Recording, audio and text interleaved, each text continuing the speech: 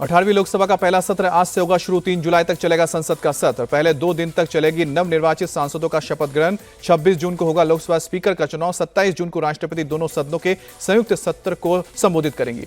सुबह 11 बजे कार्रवाई शुरू होने के साथ सबसे पहले पीएम मोदी और उनके मंत्रिमंडल में शामिल मंत्री बतौर सांसद लेंगे शपथ। प्रोटेम स्पीकर भृतहरि मेहताब उन्हें दिलाएंगे शपथ। पीएम नरेंद्र मोदी सत्र से पहले आज मीडिया से मुखातिब होंगे। सुबह 10 बजे संसद परिसर में मीडिया को करेंगे संबोधित। शिक्षा मंत्रालय के हाई लेवल पैनल की बैठक आज होगी। एनटीए के कामकाज की हो सकती है समीक्षा। शिक्षा मंत्रालय ने इसरो के पूर्व अध्यक्ष डॉक्टर के राधाकृष्णन की अध्यक्षता में एक उच्च स्तरीय समिति का गठन किया है। समिति में 7 सदस्य हैं। नीट यूजी परीक्षा की धांधली को लेकर दाखिल याचिका पर आज सुप्रीम कोर्ट में सुनवाई होगी। परीक्षा रद्द करने और इसकी जांच सुप्रीम कोर्ट की निगरानी में कराए जाने की मांग की गई है।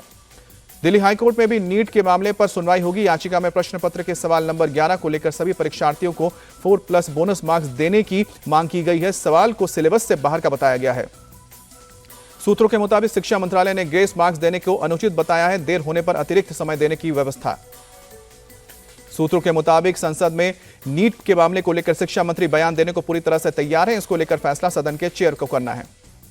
बिहार के नवादा में सीबीआई अधिकारियों की पिटाई के मामले में 4 लोग जेल भेजे गए हैं। शनिवार को पेपर लीक केस की जांच में रजौली गई थी टीम। एक महिला कांस्टेबल समेत सीबीआई के 4 अधिकारी गए थे नवादा। पेपर लीक में इस्तेमाल हुए फोन को जब्त करते हुए आरोपी के परिवार वाले समेत ग्रामीणों ने हमला किया। नीट यूजी के पेपर लीक के मामले में सीबीआई का एक्शन शुरू। सीबीआई की दिल्ली यूनिट पर रही है अब पेपर लीक की जांच। नीट पेपर लीक के केस पर बिहार ईओयू ने जारी किया रिपोर्ट। कहा कि एनटीए सुरक्षा मानकों का सही से पालन नहीं किया गया है। पेपर का ट्रांसपोर्टेशन हैंड ओवर सही से नहीं कराया गया। पेपर लीक में संगठित इंटरस्टेट पेशेवर गैंग शामिल है। संजीव मुखिया से मिले थे सॉल्वर पेपर के सबूत। ईओयू की रिपोर्ट में खुलासा। एनटीए ने नीट यूजी की री एग्जाम को आयोजित किया। ग्रेस मार्क्स पाने वाले 1563 स्टूडेंट में से 1813 छात्रों ने ही एग्जाम दिया। करीब 750 स्टूडेंट्स एब्सेंट रहे। दिल्ली के जंतर मंतर पर एनएसयूआई के कार्यकर्ता आज करेंगे प्रदर्शन। पेपर लीक को लेकर प्रदर्शन करेंगे कार्यकर्ता। नीट परीक्षा में धोखाधड़ी को लेकर आज आरजेडी दिल्ली में प्रेस कॉन्फ्रेंस करेगी। खड़गे ने साधा निशाना कहा कि एजुकेशन सिस्टम में माफिया भ्रष्टाचारी घुस गए हैं। छात्रों को न्याय मिलना चाहिए। नीट परीक्षा को लेकर यूपी कांग्रेस अध्यक्ष अजय राय का हमला। कहा कि डीजी को हटाने से साबित हुआ कि बच्चों के साथ गलत हुआ। यह पूरी तरह से हिटलरशाही है। एआईएमआईएम चीफ असदुद्दीन ओवैसी का तंज एग्जाम वॉरियर। पीएम मोदी ने युवाओं के भविष्य के खिलाफ युद्ध छेड़ रखा है। झारखंड विधानसभा चुनाव को लेकर कांग्रेस आलाकमान ने आज बुलाई है बैठक। राहुल और प्रियंका गांधी भी होंगे शामिल। रांची में झारखंड विधानसभा चुनाव प्रभारी शिवराज सिंह चौहान और सह प्रभारी सीएम हेमंत शर्मा ने मीटिंग की। आगामी विधानसभा चुनाव को लेकर चर्चा की। बैठक के बाद शिवराज सिंह चौहान का बयान। झारखंड में देश की सबसे भ्रष्ट सरकार है। किसी वादे को नहीं किया पूरा। एमपी में भगवान राम और कृष्ण को पढ़ाए जाने के ऐलान पर सियासत। दिग्विजय सिंह ने पूछा जीसस और मोहम्मद पर शिक्षा क्यों नहीं। मायावती ने भतीजे आकाश आनंद को अपना उत्तराधिकारी बनाया है। फिर सौंपी बीएसपी के नेशनल कोऑर्डिनेटर पद की जिम्मेदारी। फैजाबाद से सांसद अवधेश प्रसाद का बयान। भगवान राम की कृपा से जनता ने मुझे चुना है। सांसद के रूप में शपथ लूंगा। बीजेपी नेता वसुंधरा राजे ने नेक्स्ट जनरेशन के नेताओं पर साधा निशाना। कहा कि जिसकी उंगली पकड़कर चलना सीखते हैं सबसे पहले उसी को धोखा देते हैं। दिल्ली शराब घोटाला मामले में जेल में बंद सीएम केजरीवाल की याचिका पर सुप्रीम कोर्ट में आज सुनवाई। जमानत पर स्टे हटाने की मांग। दिल्ली हाईकोर्ट में भी होगी सुनवाई। ईडी और केजरीवाल के वकील लिखित दलील जमा करेंगे। दिल्ली के जल मंत्री आतिशी के अनशन का आज चौथा दिन। हरियाणा से अतिरिक्त पानी की मांग को लेकर अनशन पर बैठी हैं आतिशी।